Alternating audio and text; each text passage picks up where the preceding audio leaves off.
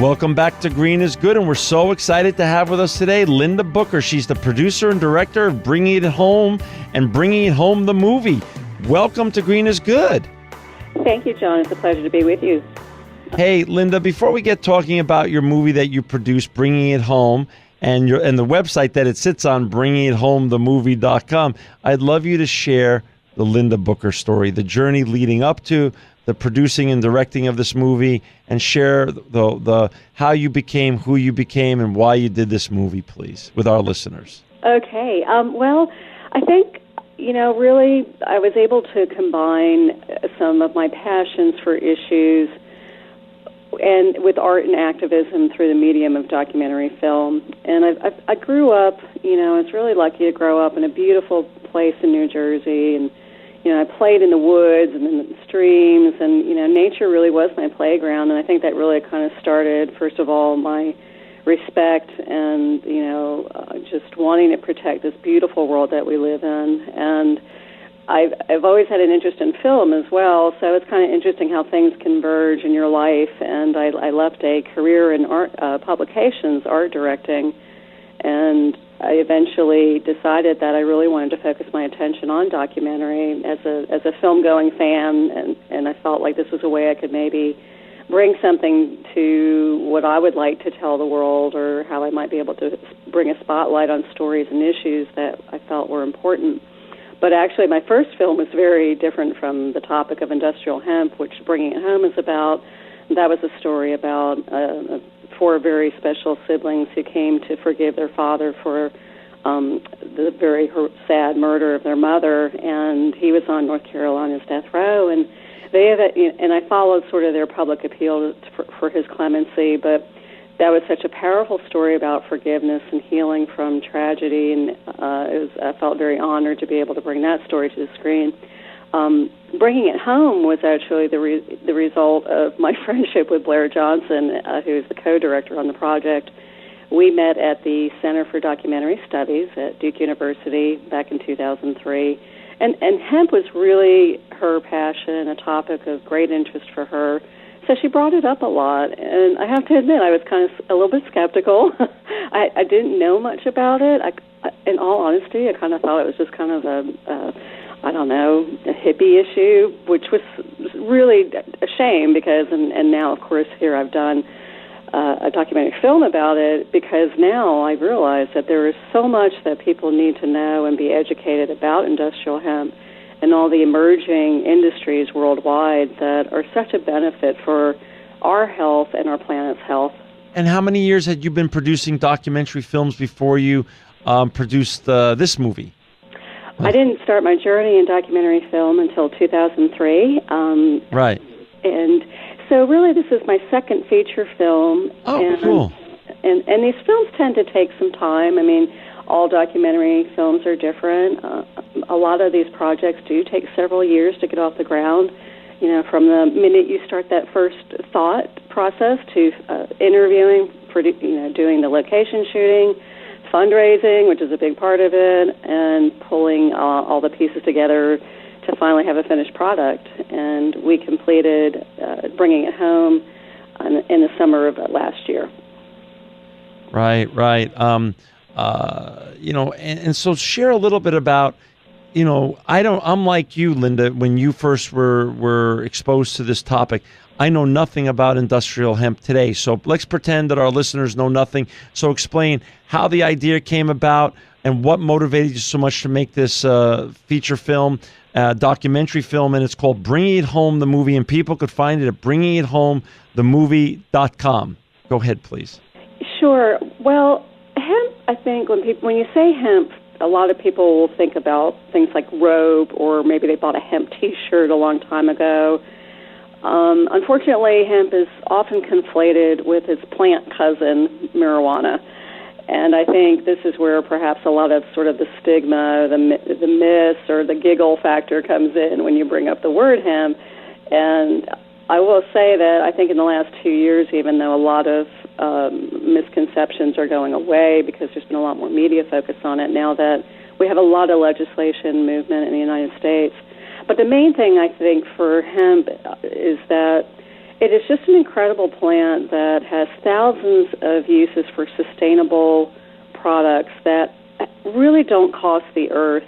It's a major agriculture crop that could be on the scale of comparable crops like corn and soybeans that wouldn't have nearly the environmental impact. I mean, it takes very little pesticides and fertilizers to grow it. It takes not as much water to grow. It is drought tolerant, so this is, of course, a huge issue worldwide with agriculture. But I think the main thing too that I want to emphasize about what I learned about it was that this plant could truly play a part in a solution for global warming.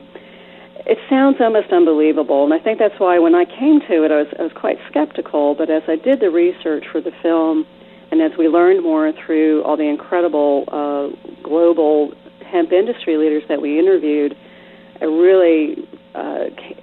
made me realize that there needed to be a film made that really could educate people here, especially in the United States, about this, and also show the potential and hope for a hemp industry in the United States.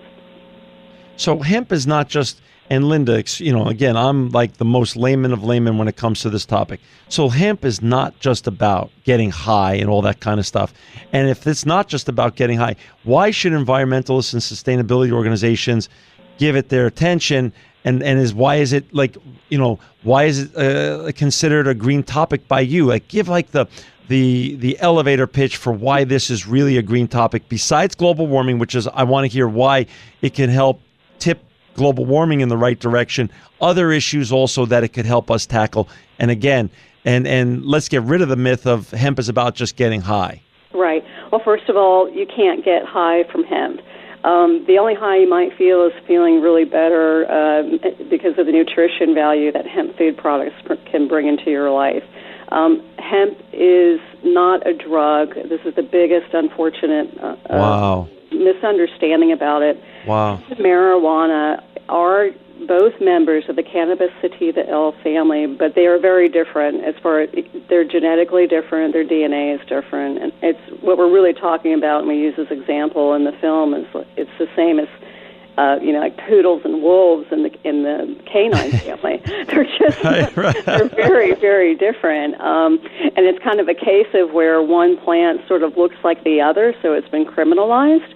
Wow. Which is the equivalent of having, you being locked up in jail because your cousin committed a crime. It's just very unfortunate that this has happened, and our current United States policy has unfortunately lumped in industrial hemp with marijuana as a substance 1 narcotic. Industrial hemp has 0.3% of THC, which is the psychoactive chemical that is in marijuana. So you cannot, it would be impossible to get high from it. I mean, you'd have to literally almost, smoke a hemp cigarette the size of a telephone pole to even get any kind of effect. So what we have, again, is just a misunderstanding around some people are, maybe concerned about eating hemp foods. There's nothing to be concerned about whatsoever. And once we can get people to understand that, we can move along a lot faster in the process. Sure. So then how do we use it to help solve some of our bigger environmental and sustainability issues that we're all facing today? Mm-hmm. So, one of the big things is that hemp has an amazing fiber structure. It has an inner woody core, and it's wrapped with other very long strands of fibers, so that when we talk about like paper production, construction and building materials, and other, products that paper, we could, things that we use trees for, hemp can play a huge role in being used for all of those same products. And the thing about hemp is that it has a very fast growing cycle. A mature crop of hemp can be grown in 90 to 115 days or so, whereas, of course, trees are going to take years and years. Sure. The other thing is that it's also an amazing carbon absorber. Hemp crops absorb an amazing amount of carbon, and then through replanting, it reabsorbs carbon annually, which opposed to timber, which can take 10 or more years. So that's a huge thing with we're addressing the issue of deforestation, and also we can talk about the issue of malnutrition and healthy housing as well. And I don't think we can really talk about our environment without really connecting it to human health and housing. We have a huge issue with energy and utility costs, not only just monetarily, but environmentally and globally. And one of the most amazing things we learned about is that hemp is a carbon-negative building and construction material when it is made into hempcrete. There is an amazing article that was written by Dr. Mike Lawrence, who's in the film, about growing our way out of climate change.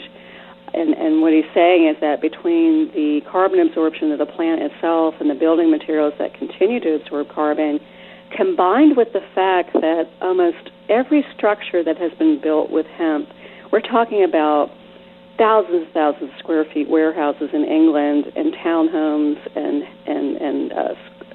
museum archive buildings, have been able to run themselves without any heating or cooling systems. Wow. Think about that. That's incredible. Yeah, so if we could really start utilizing the hemp plant for all of these reasons, it really could be part of that solution for our climate change conditions. For our listeners who just joined us today, we got Linda Booker on with us today. She's the producer and director of Bringing It Home. It's a movie, and you can find it. It's a documentary movie, and you can find it at bringingithomemovie.com. I'm on the site now. It's a beautiful site. Lots of great information about hemp, and also a nice trailer for the film.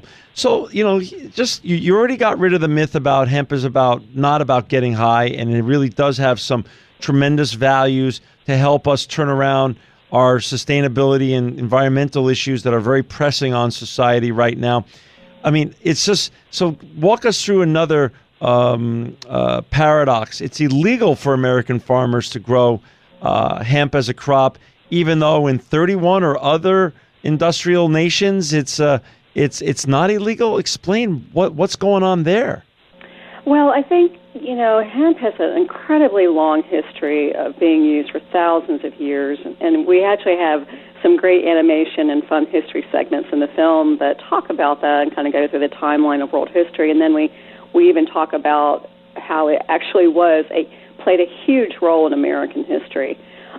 Everything from all the ropes and sails on our ships to the oil and lamps to our clothing, up until the turn of the century, were all made of hemp. Hemp was part of a huge World War II effort. The U.S. government was encouraging farmers across the nation and building, decortication facilities to process hemp to supply our Navy ships with ropes. So we did actually have a huge hemp industry here at one time in the United States. And again, it's when it became conflated and confused with marijuana that all of a sudden the policy shifted. And these other nations have been able to understand the difference and to, just grow it like any other crop. Although I will, we do show in the film how that's being done in the UK and how that's being done in Canada. And what they're doing is they're working with law enforcement officials in those countries to educate and make them understand the difference. And once they're able to achieve that, they've never had any issues with any infractions or people trying to grow marijuana in a hemp field. I mean, we asked people in all these countries we filmed in about that. And I think it's the same model we could take and bring here, where we just, licensed farmers, you have the GPS coordinates of the fields, everybody's informed, it's just not a big deal. What is the state, Linda, what is the state of U.S. hemp legislation? Is this going to be allowed again one day, or is this still a huge force fighting it? So there have been incredible developments just within the last 18 months with hemp legislation in the United States. It was one of the biggest significant advances was just recently in the Farm Bill. It included an amendment that allowed what is currently 19 states that have hemp farming legislation in place to be able to do research and trial crops. Now, these crops would be coordinated through their departments of agriculture and also through universities. So for the first time, we actually had some commercial hemp crops growing in the United States, and Kentucky has been really taking the lead on this. They were able to do 6 trial crops there. The other state that has moved forward, and they're just kind of doing their own thing, is Colorado. They were able to pass legislation that went ahead and really allowed farmers to go ahead and register there to grow commercially. So this was their second year. So things are moving along. The research is important, and that's something that we are definitely, hemp activists are excited about, that this is finally starting here, but it really still doesn't address the issue right now of the federal definition, which is still an impediment and a barrier to growing a hemp industry that would be comparable to Canada's right now. If there's people out there that are listening to the show, Linda, or download your website, it's bringingithomethemovie.com, and watch the trailer and are now motivated to be involved, to get active in this issue because they're so committed to the environment or sustainability, how can they take action to make industrial hemp a legal crop for U.S. farmers? What can some of our listeners do? We love giving solutions here, and we're down to the last 3 minutes or so on the show, just Sure. so you know. Well, the best thing they can do is, I do appreciate them going to our website, bringingithomemovie.com. There, like you said, there's a lot of information and links there. VoteHemp.com is a organization that has is taken the lead on policy change around industrial hemp in the United States. If you go to VoteHemp.com, they make it very easy for you to take action. They have one of those, just you enter your zip code, they will tell you how to connect to your representatives in Washington and your own state representatives to either support policy in your state or to help support the Industrial Hemp Farming Act of 2013. And the Industrial Hemp Farming Act is a congressional bill that has a Senate companion bill that right now they're really seeking more Senate co-sponsors for so that it can get a hearing. And that's really something that we once we change the definition of industrial hemp, then we can really move forward with making this industry grow here in the United States and support our American farmers and create green jobs. I love it. I mean, that is really that's a great message, and it's a really important. When we're down to the last minute and a half or so, Linda, you interviewed a lot of people for the documentary. Name 2 or 3 of the people that you interviewed that really had compelling stories. Well, we interviewed small and big business entrepreneurs here in the United States that are using hemp. Everybody from an eco-couture designer here in Greensboro, North Carolina, to someone like Mike and David Bronner, who are the president and vice president of Dr. Bronner's Magic Soaps, which is the number 1 natural soap product in America. They're the largest importers of hemp oil right now that they're using in their body care and soap products. And of course they are, if you read about Dr. Bronner's, you know that they are so behind sustainability and green issues, and so they have been wanting to support growing American hemp industry. Another person was Tony Budden, who is in Cape Town, South Africa, and I mean this is a person who has dedicated his life to trying to get a hemp industry started there in Africa that would address these important issues of poverty and nutrition, and also creating jobs through making textiles and creating clothing there. And he really comes at it from such a huge heart and humane reasons to make that happen there. And they've actually been able to achieve a 3-year trial crop grant from their government to study it there. Well, Linda, thank you for being with us today. Linda Booker, she's the producer and director of Bringing It Home. And if you want to watch the movie and download the trailer, go to www.bringingithomethemovie.com. Thank you, Linda Booker, for sharing with us Bringing It Home. You are truly living proof that green is good. Well, thank you, John. I appreciate being on your show today.